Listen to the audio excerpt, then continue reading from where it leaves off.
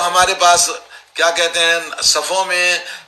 جو لوگ جماعت کے ساتھ پڑھتے ہیں، حرم میں دیکھ رہے ہیں کہ لوگ دور دور کھڑے ہو کر نماز پڑھ رہے ہیں، تو ٹی وی پر بہت سارے لوگوں کو شک ہو گیا کہ بھائی جب احادیث کے اندر اتنی تاکید آئی ہے تو لوگ کیسے الگ الگ صفوں میں دور کھڑے ہو کے پڑھتے ہیں، 1 میٹر 1.5 میٹر کے اوپر جیسے فاصلہ بنا کے کھڑا ہے نماز میں، تو کیا یہ جائز ہے کہ ناجائز ہے؟ تو اس سلسلے میں شیخ عبداللطیف التویجری جو کہ بہت بڑے عالم ہیں، انہوں نے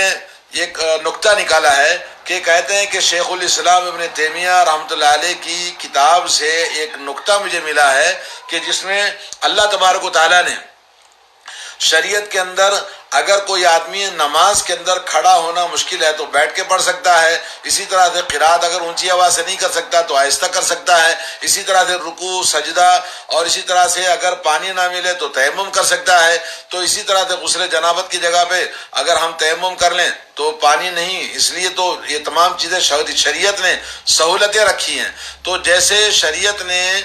جو واجب ہیں جو فرض ہیں ان چیزوں کے اندر عذر شرعی کی بنا پر اجازت دی ہے، تو اسی طرح سے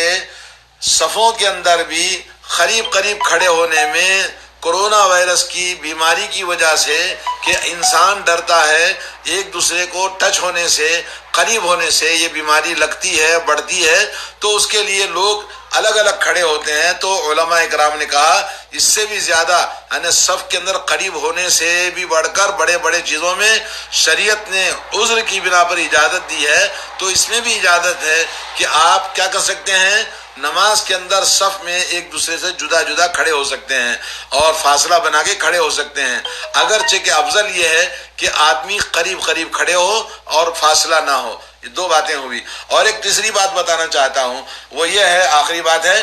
کہ ہم تسبیح جو پڑھتے ہیں، یہ تسبیح جو ہم پڑھتے ہیں میرے دوستو، اس کی بڑی فضیلت آئی ہے۔ نمبر 1، اللہ رب العالمین کے پاس سب سے محبوب کلام ہے اللہ کی تسبیح، سب سے پسندیدہ چیز اللہ کے نزدیک کیا ہے؟ اللہ کی تسبیح ہے، نمبر 1۔ نمبر 2، اللہ کے نبی نے فرمایا بہترین شخص کون ہے؟ تو پوچھا گیا تو آپ نے فرمایا من طال عمرہ وحسن عملہ، کہ جس کی عمر لمبی ہو اور کثرت کے ساتھ وہ عمل صالح نیک کام کرے، اور تسبیح کثرت کے ساتھ پڑھی جانے والی چیز ہے، اور عمر کے ساتھ میں جس کی عمر لمبی ہو اللہ کی تسبیح زیادہ کرے، کثرت کے ساتھ کرے اللہ کا ذکر، تو یہ افضل چیز ہے۔ تیسری چیز ہے کہ نام اعمال میں سب سے زیادہ وزنی چیز ہے، جیسے اللہ کے نبی نے فرمایا کہ الحمدللہ یہ پورے نام اعمال میں سب سے زیادہ وزنی چیز ہے لفظ الحمدللہ، اور اسی طرح سے سبحان اللہ والحمدللہ تملأ ما بین السماء والارض، سبحان اللہ والحمدللہ کہنا آسمان و زمین کے درمیان کے تمام خلق کو بھر دیتا ہے۔ کوئی آدمی 1 مرتبہ سبحان اللہ والحمدللہ کہتا ہے اور صرف الحمدللہ کہتا ہے تو سب سے زیادہ وزنی چیز ہے میزان اعمال کے اندر۔ اور اسی طرح سے تسبیح جو ہم کرتے ہیں، ذکر کرتے ہیں، یہ ہمارے لیے ڈھال ہے جہنم سے بچنے کے لیے، اور ہمارے لیے ڈھال ہے دنیاوی بلاؤں مصیبتوں آزمائشوں سے بچنے کے لیے۔ اور اسی طرح سے تسبیح جو ہم پڑھتے ہیں میرے دوستو گناہوں کی بخشش کا ذریعہ ہے، گناہوں کو مٹاتا ہے اور گناہوں سے انسان کو پاک صاف کرتا ہے۔ تو یہ 5 فضیلتیں اس کی میں نے آپ کے سامنے مختصر بتائی ہیں۔ اب آئیے ہم تسبیح پڑھنے کے لیے اس سلسلے میں نبی کریم صلی اللہ علیہ وسلم کی کیا رہنمائی ہے ہم دیکھتے ہیں، کیونکہ اکثر لوگ آج کل 3 چیزیں ہیں کہ تسبیح کے دانے والی تسبیح ہے اس سے لوگ پڑھتے ہیں، دوسرا یہ کہ وہ الیکٹرانک تسبیح ملی ہے، وہ لوگ حاجی لوگ بھی خرید کے لے کے جاتے ہیں، ٹک ٹک ٹک کر کے اس کو تسبیح گنتے ہیں، 100 200 500 1000 تک گننے کے دانے اس میں لگے رہتے ہیں۔ تو اسی طرح سے کچھ لوگ لمبی سی تسبیح بنائے ہوئے ہیں تو ان کو 500 تسبیح کے دانے 1000 تسبیح کے دانے وہ بھی ملتی ہے تو وہ بھی لے جا کے گنتے ہیں۔ تو یہ جتنی بھی چیزیں ہیں جن سے ہم تسبیح گنتے ہیں، تو میرے دوستو یاد رکھیں یہ چیزیں ہمارے ساتھ ہمارے قبر میں نہیں آنے والی ہیں، اور یہ چیز ہمارے ساتھ دنیا میں ہم استعمال کرتے ہیں پھینک دیتے ہیں، لیکن ایک چیز ہے جو نبی علیہ الصلوۃ والسلام نے ہمیں ترغیب دلائی ہے، ہمیں اس بات کو سمجھنا چاہیے۔ اور ایک حدیث ہے جو اللہ کے نبی صلی اللہ علیہ وسلم سے جو سنن ابو داؤد کے اندر آئی ہے، سنن ابو داؤد کے اندر اللہ کے نبی صلی اللہ علیہ وسلم فرماتے ہیں کہ تسبیح قولی طور پر اور فعلی طور پر، یعنی اللہ کے نبی صلی اللہ علیہ وسلم خود تسبیح اپنے انگلیوں پہ گنا کرتے تھے، اور تسبیح انگلیوں پہ گننے کے لیے آپ نے تاکید فرمائی ہے۔ سنن ابو داؤد کے اندر اور ترمذی کے اندر حضرت یسیرہ رضی اللہ تعالی عنہ کہتی ہیں کہ نبی کریم صلی اللہ علیہ وسلم نے امرہن ان یراعین بالتکبیر والتقدیس والتحلیل وان یعقدن بالانامل فانہن مسئولات مستنطقات۔ یہ حدیث ابو داؤد کے اندر صحیح حدیث ہے۔ کیا فرماتی ہیں کہ نبی کریم صلی اللہ علیہ وسلم نے عورتوں کو حکم دیا کہ تسبیح پڑھنے میں، تکبیر کہنے میں، لا الہ الا اللہ کہنے میں، الحمدللہ کہنے میں سب اس بات کا خیال رکھیں کہ اپنی انگلیوں سے گنیں، اپنی انگلیوں سے گنیں، اس لیے کہ انگلیاں قیامت کے دن پوچھی جانے والی ہیں، اور قیامت کے دن انگلیوں کو اللہ تعالیٰ زبان عطا فرماتا ہے، اور اللہ تبارک و تعالیٰ کے پاس یہ انگلیاں گواہی دیں گی۔ جیسے اور اعمال کا انگلیاں گواہی دیتی ہیں، ویسے ہی یہ انگلیاں قیامت کے دن اللہ کے پاس گواہی دیتی ہیں۔ اور اللہ کے نبی صلی اللہ علیہ وسلم کی یہ تسبیح پڑھنا احادیث سے ثابت ہے کہ آپ اپنی انگلیوں پہ تسبیح پڑھا کرتے تھے، تو حکم بھی ہے اور اللہ کے نبی صلی اللہ علیہ وسلم کا عمل بھی ہے، تو اس اعتبار سے ہم تسبیح کو اپنی انگلیوں پہ پڑھنا چاہیے۔ لیکن کیسے پڑھنا چاہیے؟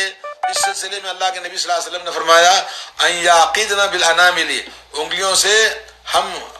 گاٹھی بنائیں، یعنی مٹھی بنائیں، مٹھی بنا کے گننا ہے، جیسے سبحان اللہ الحمدللہ اللہ اکبر، سبحان اللہ الحمدللہ اللہ اکبر، سبحان اللہ الحمدللہ اللہ اکبر، سبحان اللہ الحمدللہ اللہ اکبر۔ یہ 33 مرتبہ اگر اس طرح سے آپ پڑھیں گے تو ایک بار لا الہ الا اللہ وحدہ لا شریک لہ لہ الملک و لہ الحمد وہو علی کل شیء قدیر 100 ہو جائے گا۔ اگر آپ کو تسبیح پڑھنا ہے جیسے لا الہ الا اللہ وحدہ لا شریک لہ لہ الملک و لہ الحمد وہو علی کل شیء قدیر، تو اس طرح سے انگلیوں کو ایک ایک ملا کے 1 2 3 4 5 اس طرح سے گننا ہے، کیونکہ اللہ کے نبی صلی اللہ علیہ وسلم نے کہا کہ عقدہ بنائیں۔ عقد کے معنی ہوتا ہے مٹھی موچنا، مٹھی کھولنا، مٹھی موچنا، مٹھی کھولنا، اس طرح تسبیح پڑھنا چاہیے۔ اور اسی طرح سے تسبیح کی فضیلت جیسا کہ آپ نے سنا، اور اب رہا سوال کہ اگر کوئی آدمی واقعی ایسا ہے کہ جس کی عقل کام نہیں کرتی ہے اور انگلیوں پہ گننا اس کے لیے مشکل ہے، بوڑھا آدمی ہے، بوڑھی عورت ہے، یا اس کو یاد نہیں رہتا ہے، تو اس صورت میں علماء کرام نے کہا کہ جائز ہے کہ وہ تسبیح کے دانوں پہ گن سکتے ہیں۔ تو بہرحال تسبیح کے دانے چاہے وہ کسی کنکر کی شکل میں ہو، یا یہ کہ تسبیح کے دانے جیسے تسبیح ہوتی ہے وہ، یا یہ کہ الیکٹرانک تسبیح ہے، یہ تینوں چیزیں غلط ہیں اور یہ فنا ہونے والی ہیں۔ اور یہ انگلیاں جن پر ہم تسبیح پڑھتے ہیں ہمارے ساتھ ہمارے قبر میں آتی ہیں اور حشر میں آتی ہیں اور اللہ کے پاس ہمارے لیے گواہی دیتی ہیں، تو یہ سب سے بڑی فضیلت والی چیز ہے۔ تو ہمیں چاہیے کہ ہم اپنی تسبیحات، اپنے ذکر کو اپنی انگلیوں پہ گننے کی کوشش کریں۔ اب آخری بات یہ ہے کہ دونوں ہاتھوں سے کرنا یا ایک ہاتھ سے کرنا، تو علماء اکرام نے کہا کہ دونوں ہاتھ سے جائز ہے، اور دونوں ہاتھوں کی انگلیوں پہ آپ گن سکتے ہیں، لیکن افضل یہ ہے کہ نبی علیہ الصلوۃ والسلام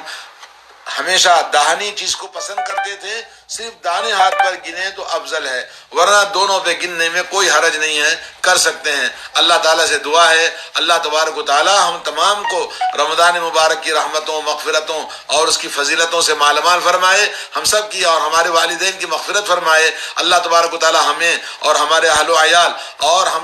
ہمارے والدین کی سب کی جہنم سے بخشش فرمائے اور جہنم سے آزادی فرمائے، ہم سب کو جنت نصیب فرمائے، ہمارے اعمال کو قبول فرمائے۔ وصلی اللہ علی نبینا محمد وعلی آلہ وصحبہ اجمعین۔